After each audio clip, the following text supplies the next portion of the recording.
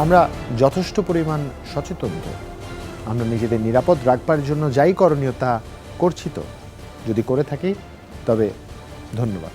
যদি না মেনে থাকি এখনও, তবে বিশাল সংকট অপেক্ষা করছে আমাদের প্রত্যেকের জন্য। কারণ একজন যদি অসুস্থ হয়ে যায়, তার থেকেই কিন্তু অনেকে সংক্রমিত হওয়ার একটা ঝুঁকি থেকে যায়। আপনার পরিবার প্রিয়জন যেমন আপনার দ্বারা ঝুঁকিতে পড়তে পারে, তেমনি আপনি ঝুঁকিতে পড়তে পারেন আপনার চেনা জানা অসচেতন যে কারো দ্বারা। আর স্বাস্থ্য জিজ্ঞাসার যে কোনো উত্তর পেতেই করোনা হেল্প ডেস্কের এই আয়োজন, যেখানে জুলহাস জুবাইর আপনাদের সাথে আছে। সরাসরি ফোন করতে পারেন কিংবা লিখে জানাতে পারেন আপনাদের যে কোনো স্বাস্থ্য জিজ্ঞাসা, যার উত্তর দিতে একই ধারাবাহিকতা আজও আমাদের সাথে আছেন অধ্যাপক ডাক্তার এস.এম. মোস্তফা জামান, মেডিসিন ও হৃদরোগ বিশেষজ্ঞ, বিএসএমএমইউ। আমাদের সাথে আজ ডাক্তার শারমিন আব্বাসী নেই, তবে ডাক্তার শারমিন সিদ্দিকা ইসলাম আছেন, যিনি প্রসূতি ও স্ত্রীরোগ বিশেষজ্ঞ, আনোয়ার খান মরণ মেডিকেল কলেজ ও হসপিটাল। আমাদের সাথে আরও আছেন ডাক্তার আবু সাইদ শিমুল, শিশুরোগ বিশেষজ্ঞ, মুগদা মেডিকেল কলেজ হাসপাতাল। মৃতের সংখ্যাটা আরও একবার মনে করিয়ে দিতে চাই। ৩৯ জন গত ২৪ ঘন্টায় মারা গেছেন। গত ২ মাসের মধ্যে এটাই কিন্তু সর্বোচ্চ। ২৪ ঘন্টায় শনাক্ত হয়েছেন ২১৫৬ জন। স্বাস্থ্য অধিদপ্তরের বিজ্ঞপ্তিতে এ তথ্য জানানো হয়। দেশে কোভিড-19-এ এ পর্যন্ত মোট প্রাণহানি এখন ৬,৪৮৭ জন। ২৪ ঘন্টায় নমুনা পরীক্ষা করা হয়েছে ১৬,০০০ এ পর্যন্ত করোনা শনাক্ত হয়েছে ৪,৫৪,১৪৬ জন। গত ২৪ ঘন্টায় সুস্থ হয়েছেন ২,৩০২ জন। সব মিলিয়ে মোট সুস্থ এখন ৩,৬৯,১৭৯ জন। আপনাদের প্রতিদিনই একটা বিষয়ে আহ্বান জানাই, হয়তো শুনতে শুনতে আপনারা খানিকটা বিরক্ত, তাতে খুব বেশি কিছু যায় আসে না। আর তা হচ্ছে নিয়মিত বিরতিতে জীবাণুনাশক দিয়ে হাত জীবাণুমুক্ত করে নেবার কথা। আপাতত এই দায়িত্বটুকু তো পালন করতেই পারি। আর আপনাদের যে কোনো স্বাস্থ্য জিজ্ঞাসার যখন ফোন করছেন, আমাদের অবশ্যই টেলিভিশনের ভলিউমটি কমিয়ে আমাদের ফোন দিবেন, তাতে করে আপনাদের প্রশ্নটি বুঝতে আমাদের সুবিধা হবে। এই পর্যায়ে প্রথমে একটু আমরা প্রফেসর মোস্তফা জামানের কাছে আজ যেতে চাই। প্রফেসর মোস্তফা জামান, মৃতের সংখ্যা কিন্তু প্রতিদিনই বাড়ছে এবং আজকে আমরা যে তথ্যটি পেয়েছি এবং যে সংখ্যাটি আমরা দেখছি, তা সত্যিকার অর্থে আটকে উঠবার মতো। আপনারা চিকিৎসা পেশার সাথে বা চিকিৎসা সেবার সাথে যারা সংশ্লিষ্ট, তারা বিষয়টিকে কিভাবে মূল্যায়ন করবেন? ধন্যবাদ জুবাইর। আসলে আপনি কিন্তু শুরুতেই একটি চিত্র তুলে ধরেছেন, যে চিত্রের মাধ্যমে, যে কথাগুলোর মাধ্যমে সামগ্রিকভাবে আমাদের বর্তমান যে স্বাস্থ্যের যে অবস্থা, বিশেষ করে আমাদের স্বাস্থ্য ব্যবস্থার সঙ্গে রোগীদের সংক্রমণের গতি বাড়ছে, সংক্রমণের যে উদ্বেগজনক একটি পরিস্থিতি হচ্ছে, সবাই মিলে আপনারা যেমন উদ্বেগে আছেন, আমরা যারা চিকিৎসক আছি, আমাদের আমাদের যারা দর্শক বা আমাদের যারা রোগী আছেন, সবার মধ্যে কিন্তু এক ধরনের উৎকণ্ঠা, উদ্বেগ কাজ করছে। যেহেতু সংবাদগুলো ঠিক আমাদের কাছে আসলে সহনশীল নয়। সবাই এক ধরনের আতঙ্কে আছেন যে আগামীতে আরো বাড়বে কিনা। ইতিমধ্যেই কিন্তু হাসপাতালে আমরা কিছুদিন আগেও যে বিছানাগুলো খালি ছিল, সেগুলো কিন্তু একেবারে কানায় কানায় পূর্ণ। আইসিইউতে কোনো সিট নেই এবং অনেক, অনেক কিছু সংবাদ আসছে, মৃত্যু সংবাদ আসছে। অনেকে আছে খারাপ আছে, আইসিইউতে আছে, যাচ্ছে।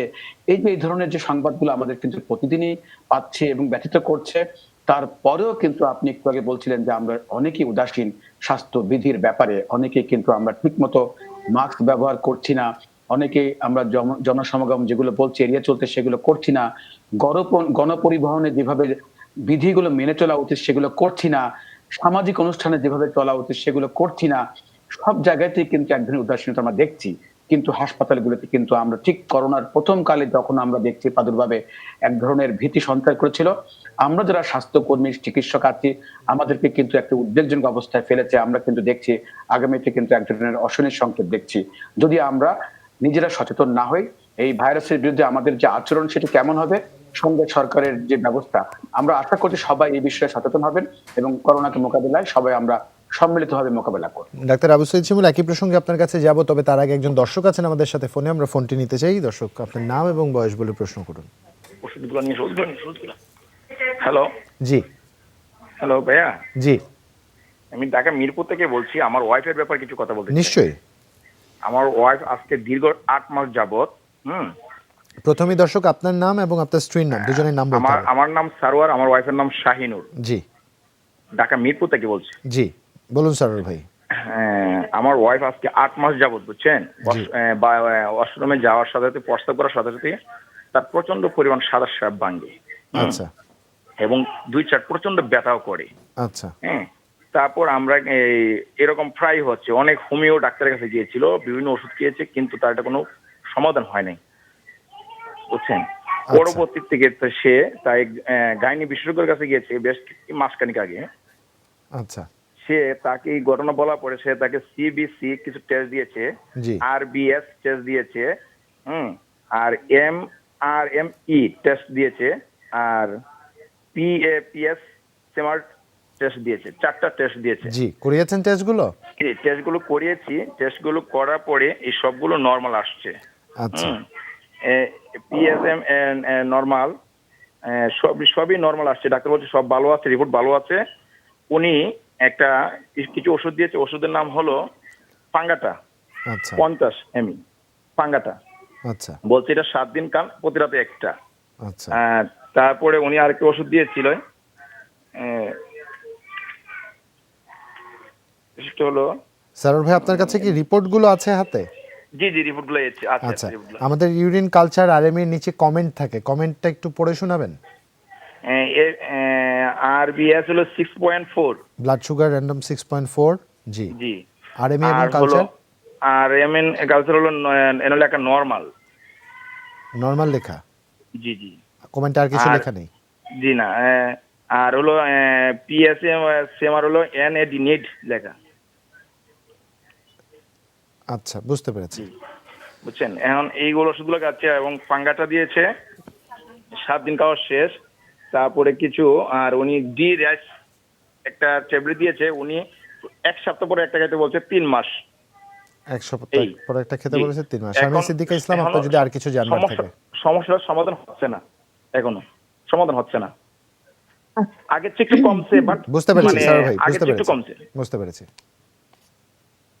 দেখুন, আপনার স্ত্রীর দীর্ঘ 8 মাস যাবত সমস্যা আপনি বলেছেন। সেক্ষেত্রে আমাদেরকে আপনার আরবিএস টেস্টটি আপনি করেছেন, যেটাতে আমরা 6.4 পেয়েছি। এখানে আপনাকে আমরা সাজেস্ট করব যে আপনি তার ডায়াবেটিস যে ইন্টারন্যাশনাল প্রোটোকলের যে টেস্টটা আছে, যে খালি পেটে একবার 8 ঘন্টা না খেয়ে থাকার পরে এবং 75 গ্রাম গ্লুকোজ খাওয়ার পরে একবার, এভাবে 2 বারে আপনার সুগার টেস্টটা করে জানতে হবে অ্যাকচুয়ালি তার সুগারটা ওঠানামা করছে কিনা।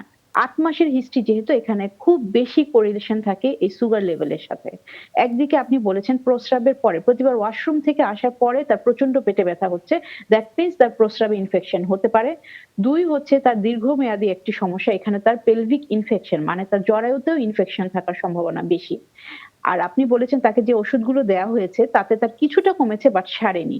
তাহলে এক্ষেত্রে আপনার পেলভিক যে ইনফেকশন গুলো, সেগুলোর ক্ষেত্রে আমরা কিন্তু একটা কমপ্লিট ট্রিটমেন্ট দেই, যেটা হচ্ছে সিডিসি গাইড অনুযায়ী স্বামী স্ত্রী দুজনকেই চিকিৎসা দিতে হয়। আপনাকে কি কোনো চিকিৎসা দেয়া হয়েছে কিনা আপনি জানাননি। আপনি আপনার রিপোর্ট গুলো নিয়ে আমাদের কমেন্ট ইনবক্স থেকে ট্রেস করে আমাদেরকে ইনবক্স করতে পারেন, আমরা আপনাকে যথাযথ চিকিৎসার ব্যাপারে হেল্প করতে পারি। এবং সেক্ষেত্রে হচ্ছে আপনি এখন যেটা করতে পারেন, আপনার স্ত্রীকে নিচে কোনো ওষুধ ব্যবহার করতে দেওয়া হয়েছে কিনা আপনি সাজেস্ট করেননি, জানাননি আমাদেরকে। সেক্ষেত্রে তার কিন্তু মাসিকের রাস্তায় ওষুধ ব্যবহার করতে হবে এবং সেখানে ওষুধের ব্যবহারের যে সময়সীমা সেটাও আমরা পেশেন্ট দেখে নির্ধারণ করি। আপনি বলেছেন পেপসমিয়ার স্বাভাবিক, কিন্তু ওখানে কিন্তু আমরা এক্সক্লুড করি যে এখানে ক্যান্সার আছে কি নেই, কিন্তু ইনফেকশনের একটা কমেন্ট থাকে যেটা আমরা পরিষ্কার নই। তো রিপোর্টটা দেখে আপনাকে সঠিক দিক নির্দেশনাটা আমাদের দিতে হবে। ধন্যবাদ আপনাকে। ধন্যবাদ আপনাকে ডাক্তার শারমিন সিদ্দিকা ইসলাম। একই সাথে আরো একজন দর্শক আছেন আমাদের সাথে। দর্শক আপনার নাম এবং বয়স বলে প্রশ্ন করতে। হ্যালো, আসসালামু আলাইকুম। ওয়ালাইকুম আসসালাম। আমার নাম শাহানা। জি আপা, আমি বলুন। মোহাম্মদপুর থেকে বলতেছি। আমার ছেলের বয়স 8। হ্যাঁ হ্যাঁ, আমার ছেলে ঘুমাই গেলে ওর মুখ দিয়ে লালা পড়ে। এটা ছোটবেলা থেকেই পড়ে, ছোটবেলায় অনেক বেশি পড়তো, আর এখন কম পড়ে, কিন্তু ঘুমাই গেলে ওর মুখ দিয়ে অনেক লালা পড়ে। এটা কি সমস্যা? এর জন্য ফোন দিছিলাম। আচ্ছা, আর কোনো আর সমস্যা আছে ওর? হ্যাঁ, আর কোনো সমস্যা আছে মুখ দিয়ে লালা পড়া ছাড়া? ওর ওর দাঁতের মাড়িটা, মানে নিচের দাঁতের দুই পাতের ডান না, তার জি। নিচের মাড়িটা কিন্তু উপরেরটা ভিতরে ঢোকানো আর নিচেরটা বাইরে হয়ে আসছে। এটা ওর আচ্ছা। জন্মগত ত্রুটি। আচ্ছা বুঝতে পেরেছি। ডাক্তার আবু সাইদ শিমুল। আসলে আপনাকে ধন্যবাদ। শামিমা মাহমুদপুর থেকে আমাদের ফোন করেছেন। 8 বছর শাহানা। আমরা মোটামুটি যেটা শাহানা, 8 বছর। আসলে 8 বছরে লালা পড়াটা অনেক ক্ষেত্রে আমরা বলবো স্বাভাবিক। এটা অনেক কারণেই হতে পারে। একটা হচ্ছে যে ভেতরে যদি কোনো জিহ্বায় কোনো ঘা থাকে, আপনার মাড়ির কথা বলেছিলেন, সেটা কিন্তু একটা গুরুত্বপূর্ণ বিষয়। আবার অনেক বাচ্চারই আমরা দেখতে পাই যে যদি অ্যাডেনয়েড যেটা থাকে, যে টনসিলের পেছনে এই ধরনের একটা লিম্ফয়েড আটকায়, সেটা যাদের থাকে তাদেরও কিন্তু এই ধরনের লালা পড়ার একটা সমস্যা থেকে যায়। এই ক্ষেত্রে আসলে গুরুত্বপূর্ণ যে সে হা করে ঘুমাচ্ছে কিনা কিংবা নাক ডাকছে কিনা সেটা আসলে খুব গুরুত্বপূর্ণ। আপনি যেটা করবেন যে মুখের ভেতরে যে হাইজিন সেটা আসলে একটু মেইনটেইন করতে হবে। আমরা সেক্ষেত্রে বলছি সকালে ঘুম থেকে উঠে এবং রাতে ঘুমোতে যাওয়ার আগে একটু কুসুম গরম পানি আনতে সামান্য একটু লবণ দিয়ে যদি পাতলা কাপড় দিয়ে মুখের ভেতরটা একটু পরিষ্কার করে দিতে পারেন। আরেকটু ভালো হয় যদি মাউথ ওয়াশ আমরা বলি, বাচ্চাদের ক্ষেত্রে যেটা করবেন ১ চামচ মাউথ ওয়াশ নিবেন, পানি দিবেন তার দ্বিগুণ। ২ চামচ পানি দিবেন। তারপরে ওটা ও কুলি করতে পারবে না। আপনি কি করবেন ওটা দিয়েই পাতলা কাপড় দিয়ে পুরো মুখটা একটু মুছে দিবেন। সেইটা একটু দেখবেন। আর যেটা বলছেন মাড়ির একটু সমস্যা রয়েছে, সেক্ষেত্রে আমরা বলব একজন ডেন্টাল সার্জন যদি দেখান, উনি মুখের ভেতরটা দেখে বলতে পারবে যে ওখানের ভেতরে কোনো সমস্যা আছে কিনা। এই মুহূর্তে তাহলে আপনি কি করে একটু ভিটামিন বি কমপ্লেক্স একটু খাওয়াতে পারেন। বিকোজিন এই সিরাপটা ১ চামচ করে দিনে ২ বার একটু খাওয়ান। আর যেটাকে অনেক ক্ষেত্রে দেখা যায় যাদের খুব বেশি লালা পড়ে তাদের একটা মাসাজ করতে বলি আমরা। সেটা হচ্ছে এখানে উপরের দিকে আপনি মুখের উপরের দিকে দেবেন কারণ আমাদের এই গ্ল্যান্ড এখানে ২ টো গ্ল্যান্ড রয়েছে দুপাশে সেগুলি থেকে কিন্তু লালা খুব বেশি নিঃসরিত হয়। এই ম্যাসাজটা করলে দেখা যাচ্ছে লালাটা কম নিঃসরিত হবে। এই জিনিসটা একটু করতে পারেন সকালে, দুপুরে, বিকালে, রাতে ১০ বার করে। ৮ বছরের বাচ্চা যেহেতু ওকে যদি একটু শিখিয়ে দেন ও দেখবেন যে করতে পারবে। এই জিনিসগুলো করেন আর একজন ডেন্টাল সার্জন দেখে এটা কিন্তু মানে গুরুতর কিছু না। সুতরাং আপনার টেনশন করার বিন্দুমাত্র কারণ নেই। আপনার বাচ্চা ইনশাআল্লাহ পুরোপুরি ভালো হয়ে যাবে। ধন্যবাদ আপনাকে ডাক্তার আবু সাইদ শিমুল। আমরা একটু আবিদুর রহমানের জিজ্ঞাসাটি পড়তে চাই। ময়মনসিংহ থেকে লিখছেন, তার মায়ের বয়স ৪৪, ওজন ৭৫ কেজি, বুকে ব্যথা হয়, ভারী ভারী ও চাপ অনুভব করায় ডাক্তারের পরামর্শে ইকো করেন। Echo report good LV systolic function, LVEF 62%, LV diastolic function dysfunction, diastolic dysfunction stage 1। মায়ের অবস্থা সম্পর্কে তিনি জানতে চাচ্ছেন এবং করণীয় কি জানতে চাচ্ছেন। প্রফেসর মোস্তফা জামান।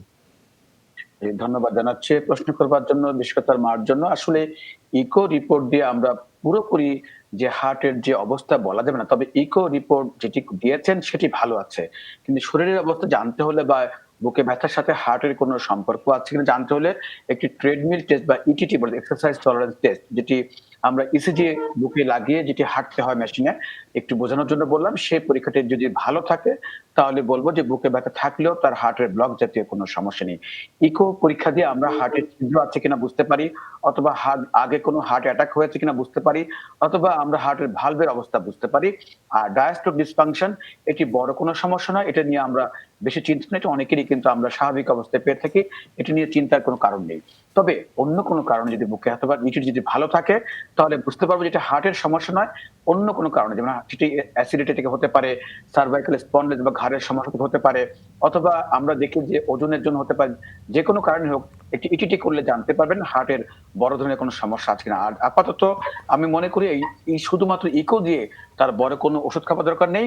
একটু টেনশন রিলিফ করার জন্য একটি ট্যাবলেট পেস 0.5 এগুলো রাতে একটি করে খেতে পারেন। হাঁটাহাঁটি করেন, যদি হাঁটাহাঁটি করে বুকের চাপ না থাকে তাহলে কিন্তু ইটিটি করবারও প্রয়োজন নেই এবং এই নিয়ে দুশ্চিন্তা করবারও প্রয়োজন নেই। যদি দুশ্চিন্তা থাকে ঠিক সেক্ষেত্রেই শুধু ইটিটি করতে হবে। ধন্যবাদ আপনাকে প্রফেসর মোস্তফা জামান। শামিমা আমির লিখছে, তার এর আগে চকলেট সিস্ট ছিল যা ল্যাপ্রোস্কোপি করার 6 মাস পর তিনি কনসিভ করেন এবং তার বেবির এখন বয়স 2.5 বছর। এখন তলপেটে অনেক ব্যথা হয়, তার জন্য আলট্রা করে দেখেছেন, আবার সিস্ট হয়েছে একটি। তার মেনস্ট্রুয়াল সাইকেল নিয়মিত হয় কিন্তু এখন আবার বাচ্চা নিতে চাইছেন, তিনি কি করবেন? তার বেবি হওয়ার পর থেকে এই পর্যন্ত জন্মবিরতি তিনি গ্রহণ করেননি। আপনার যে প্রশ্নটি, এটা এখন কিন্তু অনেক বেড়েছে। এন্ডোমেট্রিওসিস কিংবা চকলেট সিস্ট, এটার ইনসিডেন্স প্রচুর। এখন আমরা প্রচুর পেশেন্ট পাই এবং এসব ক্ষেত্রে দেখা যায় আপনার প্রতিবারই কনসিভের আগে এই ঝামেলাগুলো হয় যে যখনই ট্রাই করছে পেশেন্টের সিস্ট বেড়ে যাচ্ছে। তাহলে সিস্টটাকে আপনার রিমুভ করতে হবে। রিমুভ করে আমাদের সাইজ অনুযায়ী আমরা ডিসিশনটা নেই। যেহেতু আপনার একবার ল্যাপারোস্কোপি হয়েছে, তখন ঠিক করার পরে কনসিভ হয়েছে, তার এখন আবার সিস্ট এসছে এবং সিস্টের সাথে অ্যাসোসিয়েটেড যে প্রবলেমগুলো আসে যে আপনার চারদিক থেকে যে কনসিভ করার জন্য যে পরিবেশটা, যে রিলেশন গুলো থাকে আমাদের অঙ্গে, সেটা নষ্ট হয়ে যায়। তো ল্যাপারোস্কোপি করে সেটা আমরা আবার দেখা যায় যে ডিম্বাশয় এবং ডিম্ব নালী এগুলোকে ঠিক জায়গায় যখন বসিয়ে দেওয়া হয় তখন আবার কনসিভটা হয়ে যায়। তাহলে আপনার ক্ষেত্রে সাজেশন থাকবে যে আপনার যে সোনোগ্রাফিটা করা হয়েছে সেখানে আপনি উল্লেখ করে নিন সিস্টের সাইজ কত। যখনই এটা 3 সেন্টিমিটার ক্রস করবে আমরা প্রথম কিছু মেডিকেশন দিয়ে ট্রাই করি যে সেটা ছোট হয় কিনা, কিন্তু সেটার জন্য শর্ত হচ্ছে যে আপনার লিভার এবং কিডনির টেস্টটা আমাদের দেখে নিতে হয়। কারণ এইসব ওষুধের একটু হাই ডোজ হরমোন, এই হরমোনগুলো যদি আপনার লিভার এবং কিডনির সমস্যা থাকে সেক্ষেত্রে আমাদের একটু মডিফাইড ওয়েতে সাজেস্ট করতে হয়। তাহলে আপনার জন্য সাজেশন থাকবে আপনি খুব ভালো একটা জায়গা থেকে টিভিএস করিয়ে সঠিক একটা রিপোর্ট নিয়ে একটা ভালো গাইনোকোলজিস্টের সাথে কনসাল্ট করবেন। আপনি আমাদের কাছেও আসতে পারেন। আমরা আপনাকে সঠিক সাজেশন দিতে পারি। মেডিকেশনে কন্ট্রোল না হলে আপনার ল্যাপারোস্কোপিতেই যেতে হবে এবং সেটা খুব অল্প সময়ের জন্য, যেহেতু আপনি বেবি কনসিভ করতে চাচ্ছেন। ধন্যবাদ আপনাকে ডাক্তার শারমিন সিদ্দিকা ইসলাম। আমরা একটু জুনাইদের প্রশ্নটি পড়তে চাই, যার বয়স 12 বছর, তার শরীরে দাউদ বের হয়েছে, সমাধান চেয়েছেন। তার খুব ইচি টেন্ডেন্সি আছে এবং এর থেকে তার একটা পরিত্রাণ দরকার। আমাদেরকে তিনি অনেকবার প্লিজ প্লিজ প্লিজ অ্যান্সার লিখেছেন। ডাক্তার আবু সাইদ শিমুল। আসলে দাউদ একটু দীর্ঘমেয়াদী সমস্যা, সেই জন্য কিছু নিয়ম কিন্তু তাকে মানতে হবে। আমরা এই অনুষ্ঠান অনেকবারই বলেছি, কি থেকে তার হচ্ছে, কোনো খাবার থেকে হচ্ছে, কোনো প্রসাধন থেকে হচ্ছে, কোনো মানে কাপড় থেকে হচ্ছে, বিছনাপত্র থেকে হচ্ছে, এই জিনিসগুলো আসলে একটু দেখতে হবে। সেজন্য আমরা বলছি কিন্তু ফুড ডায়েরি আসলে মেনটেন করতে হবে, কোনো অ্যালার্জি জাতীয় খাবার থেকে এমন হচ্ছে কিনা। গরুর মাংস, ইলিশ মাছ এসবের নাম আমরা প্রতিদিন বলছি, সেইটা একটু আসলে অ্যাভয়েড করতে হবে। প্রতিদিন গোসল করতে হবে এবং ওই যে জায়গাটা ডাউট হয়ে যায় সেই জায়গায় কিন্তু টাচ করা যাবে না। টাচ করলে পরবর্তীতে কিন্তু সাবান দিয়ে হাত ধুয়ে ফেলতে হবে, নাহলে দেখা যায় এটা ছড়াতেই থাকে। এটা কিন্তু অন্য কেউ যদি হাত দেয় তাহলেও কিন্তু হয়। এই জিনিসটা একটু আসলে মানতে হবে। এই মুহূর্তে যেহেতু অনেক দিন ধরে এই সমস্যাটা হচ্ছে, তাহলে আমরা বলবো একটা ক্রিম ওখানে ব্যবহার করতে হবে। সেক্ষেত্রে অ্যাফান, এই ক্রিমটা দিনে 2 বার, এটা একটু দীর্ঘমেয়াদী ব্যবহার করতে অন্তত পক্ষে 3 থেকে 4 সপ্তাহ। সেই সাথে ফ্লুগাল, এই ক্যাপসুলটা 50 মিলিগ্রাম, সেটা যদি প্রতিদিন একটা করে অন্তত 2 সপ্তাহ গ্রহণ করে, এই দুটো জিনিস গ্রহণ করবে। যদি এই মুহূর্তে দেখা যায় তার অনেক বেশি চুলকানি হচ্ছে, সেই ক্ষেত্রে আমরা বলবো অ্যালাট্রল, এই ট্যাবলেটটা রাতে একটা করে খাক। সারাদিনে আর খাওয়ার দরকার নেই। এই জিনিসগুলো একটু মেনটেন করুক। আমাদেরকে 2 সপ্তাহ পরে আবার যদি জানা, আমরা রিভাইজ করব যে এই পরবর্তীতে কোনো ট্রিটমেন্টে যেতে হবে কিনা। তবে বেশিরভাগ ক্ষেত্রে দেখা যায় যে এই ওষুধগুলোতেই পুরোপুরি ভালো হয়ে যায় এবং আমি বলবো যে পুরোপুরি ভালো হয়ে যাবে ইনশাআল্লাহ। ধন্যবাদ আপনাকে ডাক্তার আবু সাইদ শিমুল। একই সাথে ধন্যবাদ ডাক্তার শারমিন সিদ্দিকা ইসলাম, প্রফেসর মোস্তফা জামান। আপনাদের তিনজনকে একটা বিরতি নিচ্ছি আমরা। বিরতি থেকে ফিরে এসে আপনাদের মাধ্যমে দর্শকদের আরও প্রশ্নের উত্তর দেওয়ার চেষ্টা করব। দর্শক, ছোট বিরতির ওপাশে দেখা হচ্ছে, সাথেই থাকুন।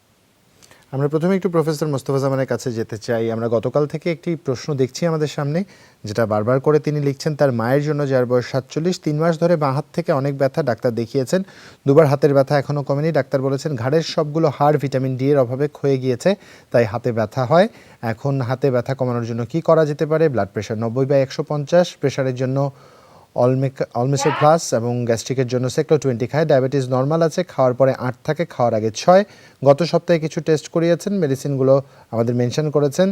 Blood glucose HbA1c 6.1%, cholesterol 4.3 millimol per litre, serum creatinine 68.4 umol per litre, TSH 2.47, 25 OH, vitamin D 20.3, RA factor negative, glucose fasting 5.7, X-ray cervical spine neck, BV impression, degenerative changes of cervical spine, medicine TPC, ACALD, Monasten, Defol 20,000। এই তিনি জানিয়েছেন professor Mostafa জামান। তিনি যে আসলে অত্যন্ত গুছিয়ে তিনি রিপোর্টগুলো বলেছেন এবং বেশিরভাগ রিপোর্ট কিন্তু ভালো। শুধুমাত্র আমরা বলবো 3টি রিপোর্ট একটু সমস্যা আছে, যেমন ডায়াবেটিস কোনো সমস্যা নেই এবং তার যে ভিটামিন ডি তাতে একটু সমস্যা আছে কম। তার জন্য 2টি থেকে একটি তিনি ওষুধ ইতিমধ্যে খাচ্ছেন। আরেকটি সূর্যের আলোতে আমরা সবসময় যেতে বলি, বিশেষ করে সকাল 9টা বা 10টা থেকে বিকেল 4টা-5টা পর্যন্ত। এই সময়টাতে আমরা বলি প্রতিদিন অন্তত 20 মিনিট যদি রোদে থাকে, ভিটামিন ডি পেলে তিনি একটু ভালো থাকবেন। আর তার সার্ভাইকাল যে রিজিয়নে আমরা দেখছি কেউ, যেটি বাংলায় অনেকে বলে থাকেন ক্ষয় রোগ, এটি কিন্তু অনেকের এমনি থাকে, সেটির জন্য কিন্তু বুকে ব্যথা হতে পারে এবং পায়ে বাম হাতে যে তার ব্যথা হচ্ছে তার জন্যই হচ্ছে। এর জন্য আমরা অনেক সময় কিছু ব্যথা, ক্যালসিয়াম খাচ্ছেন ভালো কথা, সঙ্গে ক্যাপসুল ইন্ডোমেট এসআর এটি একটু খেতে পারেন সাময়িকভাবে, কিন্তু বেশি ব্যথার ওষুধ খেলে কিন্তু সমস্যা হতে পারে। সাময়িকভাবে খাবেন, তবে মূল বিষয় ব্যথা যখন কমে যাবে কিছু এক্সারসাইজ, আমরা সব সময় বলছি যে যদি কেউ ভালোভাবে এক্সারসাইজ করতে পারেন, ঘাড়ের যে এক্সারসাইজগুলো আমরা সবসময় বলছি যে 2টি হাত সামনের দিকে দিয়ে দেওয়ালে চাপ দিতে হবে, ধাক্কা দিতে হবে, তাহলে কিন্তু তার ঘাড়ের এই সমস্যাটি কমে যাবে। এবং পিছনের দিকে যে আমরা যে অন্যান্য যে ব্যায়ামগুলো প্রতিদিন দেখাচ্ছি সেগুলো করলে আস্তে আস্তে তার এটি চলে যাবে। তবে তিনি হয়তো অনেক বেশি আতঙ্কে আছেন যে হার্টের কোনো সমস্যা হলো কিনা, যেহেতু প্রেশারও একটু বেশি আছে এবং তার জন্য ওলমেকার খাচ্ছেন, ওলমেকার প্লাস। সঙ্গে আমি বলবো কি যে বিসলল 2.5 এই ওষুধটি খেতে পারেন, তাহলে আরেকটু কমাতে পারলে ভালো। আমাদের টার্গেট থাকে 140 মিলিমিটার মার্কের নিচে সিস্টোলিক এবং ডায়াস্টোলিক 90 মিলিমিটার মার্কের নিচে।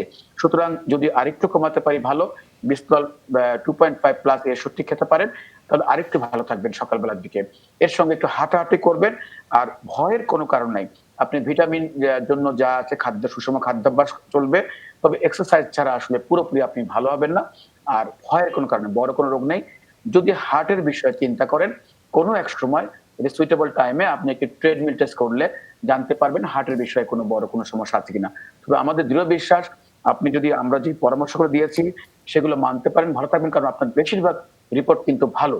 আপনার ভয়ের কোনো কারণ নেই এবং এই নিয়মগুলো মেনে চললে আগামী দিনগুলোতে আপনি ভালো থাকবেন। ধন্যবাদ আপনাকে প্রফেসর মোস্তফা জামান। সৌদি আরব থেকে আমাদের প্রবাসী এক ভাই লিখছেন, সাদ, তিনি আমাদেরকে সালাম জানিয়েছেন এবং বলছেন তার 2 ছেলে, একজনের বয়স 6 আর একজনের বয়স 3, রাতে ঘুমানোর সময় দাঁতে তারা কড়কড় শব্দ করে। অনেকবার চাইল্ড স্পেশালিস্ট দেখানো হয়েছে, সবাই কৃমির মেডিসিন দিয়েছে, যা 2 মাস পরে আবার একই রকম হয়ে যায়। সমাধান চেয়েছেন ডাক্তার আবু সাইদ শিমুল। আসলে এই ধরনের সমস্যা অনেক বাচ্চারই থাকে। আমরা বলবো যে অনেকেই মনে করে থাকেন যে এটা কৃমির জন্য কিন্তু হচ্ছে কিনা। আসলে বেশিরভাগ ক্ষেত্রে দেখা যায় যে কৃমির কারণে না। অনেকে লালা পড়লে মনে করে যে কৃমি হচ্ছে, অনেকে খাওয়ার রুচি কমে গেলে মনে হচ্ছে কৃমি হচ্ছে। এই ক্ষেত্রে আমরা বলি যে রুটিন যে কৃমির ওষুধ 2 বছরের পর থেকে আমরা সবাইকে দিই। আপনার বাচ্চাকে আপনি 6 মাস পর দিতে পারেন, কিন্তু এই ক্ষেত্রে দেখতে হবে তার মাড়িতে কোনো সমস্যা আছে কিনা। সেজন্য একজন ডেন্টাল সার্জন দেখিয়ে ভেতরের কোনো সমস্যা আছে কিনা সেটা একটু দেখবেন। আর এক্ষেত্রে একটু ভিটামিন সি জাতীয় আপনি খাবার খাওয়াতে পারেন। আর সেটা যদি সম্ভব না হয়, দেখবেন যখন ভিটামিন সির অনেক জুস পাওয়া যায়, সেগুলি বাইরের জুসগুলো তো অনেক পিওর হয়, সেটা একটু খাওয়ালে দেখবেন যে ন্যাচারাল সোর্স থেকে সে একটু ভিটামিন সিটা পাবে। আর আমরা এই অনুষ্ঠানের প্রথম দিকে বলেছিলাম যে ভেতরে হাইজিনটা মেনটেন করা, এই সকালে এবং রাতে ঘুমের আগে যদি একটু মুখটা পরিষ্কার করে দেন, একটু যেটার বয়স একটু বেশি তাকে যদি একটু ব্রাশ করাটা শিখিয়ে দেন, সেটা খুবই ভালো হয়। এবং কোনো মাউথ ওয়াশ কিনে এনে আমরা আগে যেটা বলেছিলাম 1 চামচ মাউথ ওয়াশ আর 2 চামচ পানি, সেটা করে যদি মুখের হাইজিনটা মেনটেন করেন, বেশিরভাগ ক্ষেত্রেই চলে যায়। কিন্তু আমরা অনেক বাচ্চাকে কিন্তু এই ধরনের প্রতিদিন দেখি যে মুখে এই ধরনের শব্দ করছে বা লালা পড়ছে। আমি বলবো এটা নিয়ে বিন্দুমাত্র চিন্তা করবেন না, এটা কৃমির কারণে না কিংবা বড় ধরনের অসুস্থতার কারণে না। সুতরাং এটা টেনশন করেও কোনো বাড়তি ওষুধ খাওয়ানো, বাড়তি চিকিৎসকের কাছে যাওয়ার আপনার কোনো প্রয়োজন নেই। ধন্যবাদ আপনাকে ডাক্তার আবু সাইদ শিমুল। সাবিনা ইয়াসমিন লিখছেন, তার বয়স 49, তার ওজন 58 কেজি, ইউটেরাস ফাইব্রয়েড টিউমার আছে, মাঝে মধ্যে খুব ব্লিডিং হয়, এটার জন্য তিনি কি করতে পারেন, কোথায় যেতে পারেন জানতে চেয়েছে ডাক্তার শারমিন সিদ্দিকা ইসলাম। হ্যাঁ, আপনার যে বয়স এই সময় কিন্তু হচ্ছে 49 বছর বয়স বলেছেন আপনি। এখন আপনার মোটামুটি মেনোপজের কাছে চলে এসেছে। এই সময় আপনার যেহেতু অতিরিক্ত ব্লিডিং হচ্ছে, অবশ্যই আপনাকে একজন গাইনোকোলজিস্টের শরণাপন্ন হতে হবে। সেক্ষেত্রে টিউমারটি যদি পজিশন আমরা দেখি, যে যদি হচ্ছে এটা ইউটেরাসের বাইরের দিকে থাকে, তাহলে হয়তো অনেক ক্ষেত্রে অপারেশন না করে মেডিকেশন দিয়ে সম্ভব হয়। কিন্তু যদি সেটার অবস্থান জরায়ুর যে ক্যাভিটি আছে সেটার ভিতরের দিকে হয়, তখন দেখা যায় ব্লিডিংটা কন্ট্রোল করা যায় না। তখন হচ্ছে এভাবে আমরা যেটা করি যে তখন আপনার হয়তো জরায়ুটা অপারেশন করে আপনার ফেলে দিতে হতে পারে। এই সময়টাতে আমরা আরো কিছু সমস্যা পাই, যেটা হচ্ছে যে আপনার ডিইউবি, এটার সাথে ফাইব্রয়েডটা ছাড়াও আপনার আরো কিছু কারণ আছে, ইনফেকশন, সেগুলোর কারণেও দেখা যায় যে আপনার ব্লিডিং হতে পারে। সর্বোপরি আপনাকে এই চিকিৎসার ব্যাপারে সিদ্ধান্তটা আপনাকে সরাসরি সামনে দেখে ভিতরে ফিজিক্যাল এক্সামিনেশন করে সোনোগ্রাফির সাহায্য নিয়ে আমাদেরকে একটা ডিসিশন দিতে হবে।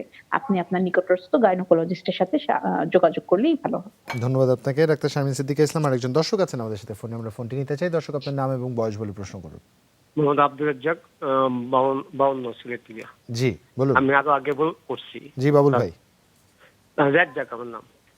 জি স্যার মোস্তফা স্যারের সাথে একটু কথা বলতাম। জি শুনছেন আপনাকে। হ্যাঁ, আমি ডাক্তার দেখাইছি, আমি ঢাকা গেছিলাম। জি। দেখানোর পরে উনি আমাকে ইকো টেস্ট দিচ্ছেন, ব্লাড টেস্ট দিচ্ছে।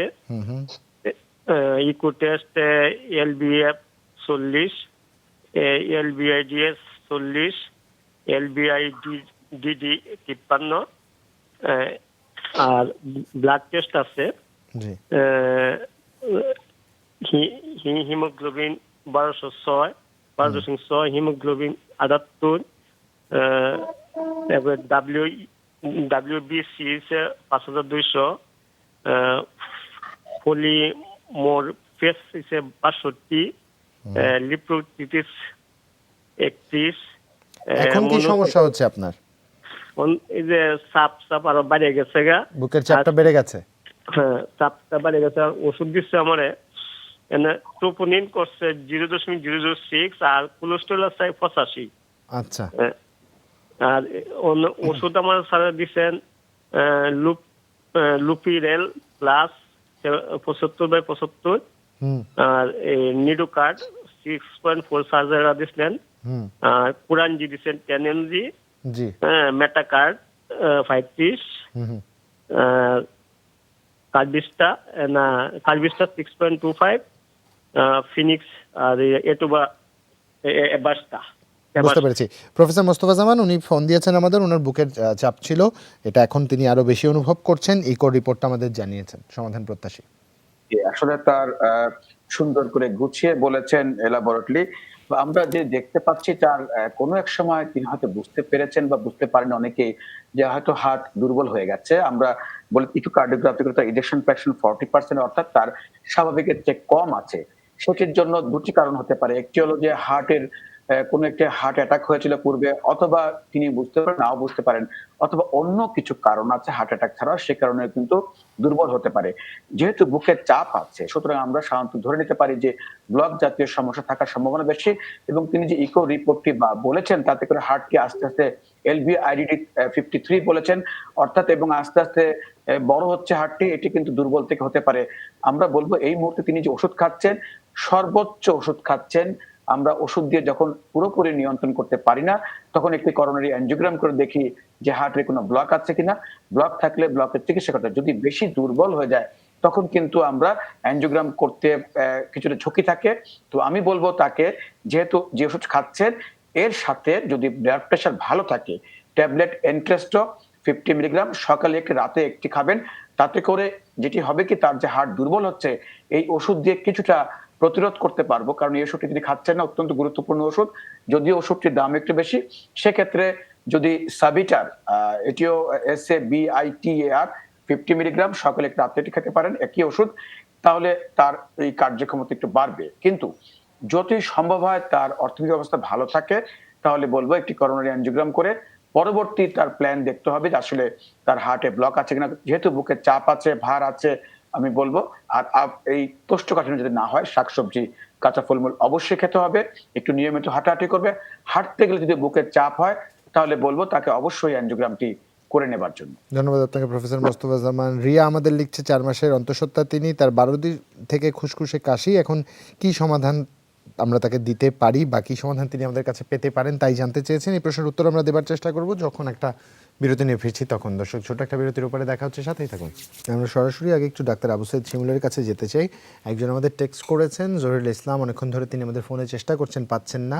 তার ছেলের বয়স 3 বছর, তার হাইড্রোসিল হয়েছে, পরীক্ষা করানো হয়েছে, তার মাধ্যমে জানতে পেরেছেন। অপারেশনটা কি এখনই করতে হবে কিনা জানতে চেয়েছেন, দেরিতে করলে কোনো সমস্যা হবে কিনা এবং সমাধান জানতে চেয়েছেন ডাক্তার আবু সাইদ শিমুল। আসলে 3 বছর তো অনেক দিন তো হলো, জন্মের পর থেকেই তো এটা হয়। বাচ্চাদের ক্ষেত্রে যেটা হয়, যেটা জন্মের পর থেকে আসলে হয়। সুতরাং জন্মের পর থেকে যেটা আসছে, আপনি হয়তো করোনার জন্য প্রথম দিকে এতদিন পর্যন্ত জাননি, সেই মার্চ এপ্রিল নিয়ে অনেক দিন তো আসলে হয়ে গেল। আমরা বলবো যে অনেক সময় যেটা হয়, যেটা আমরা টর্শন হয়ে যায়, সেটা একটার সাথে আমরা প্যাঁচ খেয়ে যাওয়া বলি, তখন লাল হয়ে অনেক ব্লাড সাপ্লাই বন্ধ হয়ে গিয়ে যে কোনো সময় কিন্তু দুর্ঘটনা ঘটতে পারে। তখন একদম ইমিডিয়েট অপারেশন লাগে। অনেক ক্ষেত্রে দেখা যায় তখন ভায়াবল থাকে না, দেখা যাবে যে কোনো একটি স্ক্রুটাম আর সেরকম কর্মক্ষম থাকে না। এই ধরনের বিষয়গুলো কিন্তু যে কোনো মুহূর্তে হতে পারে। আপনার বাচ্চার ক্ষেত্রে যে একেবারে হবে তা কিন্তু না, কিন্তু এরকম হওয়ার একটা সম্ভাবনা রয়েছে। আসলে অনেক দিন তো আপনি অপেক্ষা করলেন, এখন আমাদের এইটাই সাজেশন হচ্ছে যত দ্রুত পারেন একজন, এখন পেডিয়াট্রিক সার্জন তো অনেক রয়েছে, একটু পরীক্ষা নিরীক্ষা করে, এটা কিন্তু খুবই ছোট অপারেশন, এটা ভয়ের কিছু নেই। এই একদিনের বাচ্চারও কিন্তু আজকাল অপারেশন হচ্ছে। সুতরাং আপনার বাচ্চাদের একটু বড় হয়ে গেছে, সুতরাং একদমই ভয় পাবেন না, এটা একদমই কমন রোগ। অহরহ বাংলাদেশে প্রচুর এই অপারেশন হচ্ছে। সুতরাং আমরা বলবো একটু যত শীঘ্র পারেন এই অপারেশনটা করে নিলে আপনার জন্য এবং বাচ্চার জন্য উভয়ের জন্যই মঙ্গল।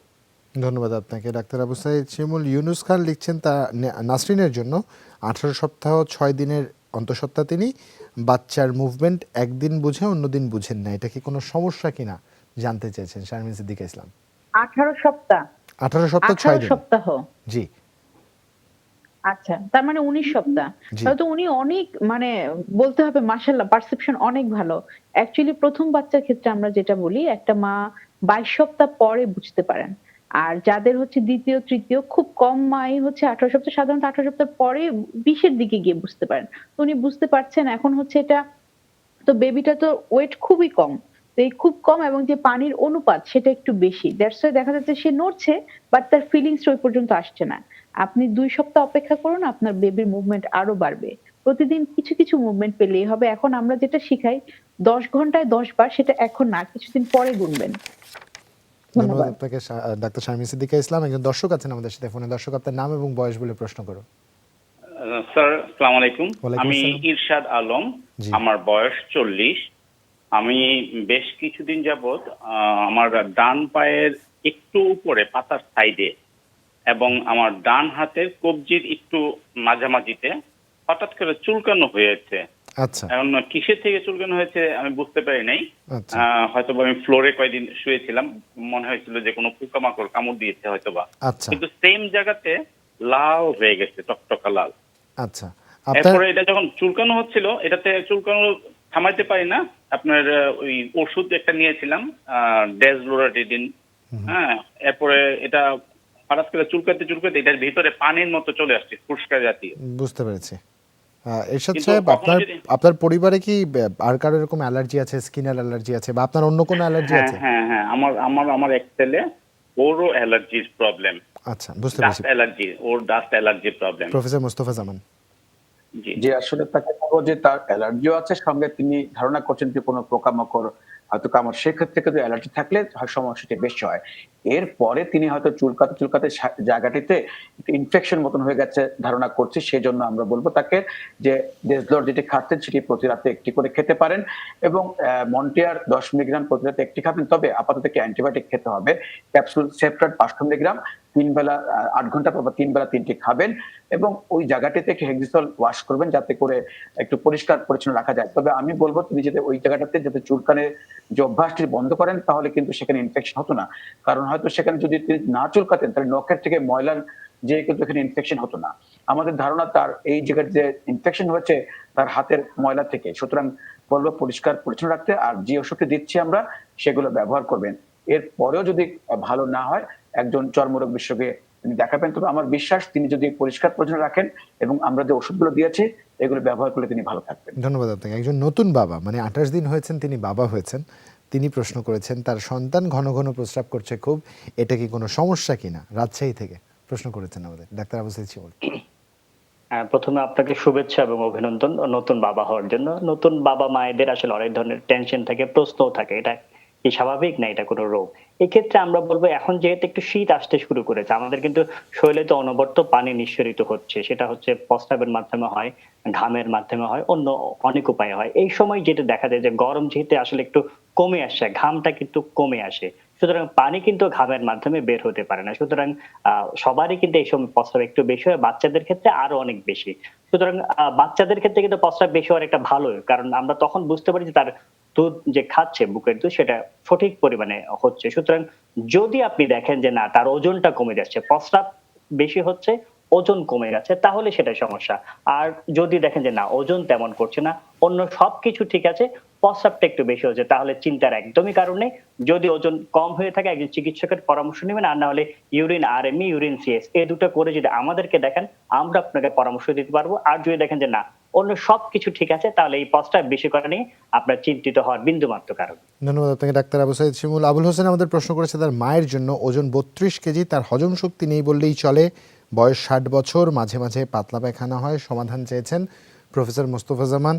আমাদের হাতে খুব বেশি সময় নেই, 1 মিনিট।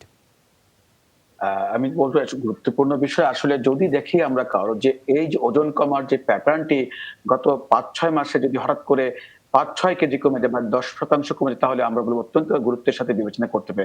প্রথমে দেখতে হবে তার কোনো শরীরের অসুখ বিসুখ আছে কিনা, যেমন ডায়াবেটিস বা হাইপারথাইরয়েডিজম, অথবা তিনি ঠিকমতো খাওয়া দাওয়া করছেন কিনা, আমরা ক্যালোরি যে পরিমাণ তার খাওয়া হচ্ছে সেটি খাচ্ছেন কিনা, এগুলো তাকে পরীক্ষা করতে হবে। আর কোনো হিমোগ্লোবিন ঠিক আছে কিনা, শরীরে সুষম খাদ্যের যে পরিমাণ প্রোটিন ঠিক আছে কিনা। এরপর দেখতে হবে তার ম্যাল অ্যাবজর্পশন সিনড্রোম, অর্থাৎ তিনি তার হজম শক্তির সমস্যা আছে কিনা, কার্বোহাইড্রেট, ফ্যাট, প্রোটিন এবং অন্যান্য যে ফ্যাট, মিনারেলস এবং ভিটামিন সেগুলো ঠিক মতো অ্যাবজর্পশন করতে পারছেন কিনা, যেমন সিলিয়াক ডিজিজ, এইগুলো একটু পরীক্ষা করতে, যে হজমের শক্তির সমস্যা আছে কিনা।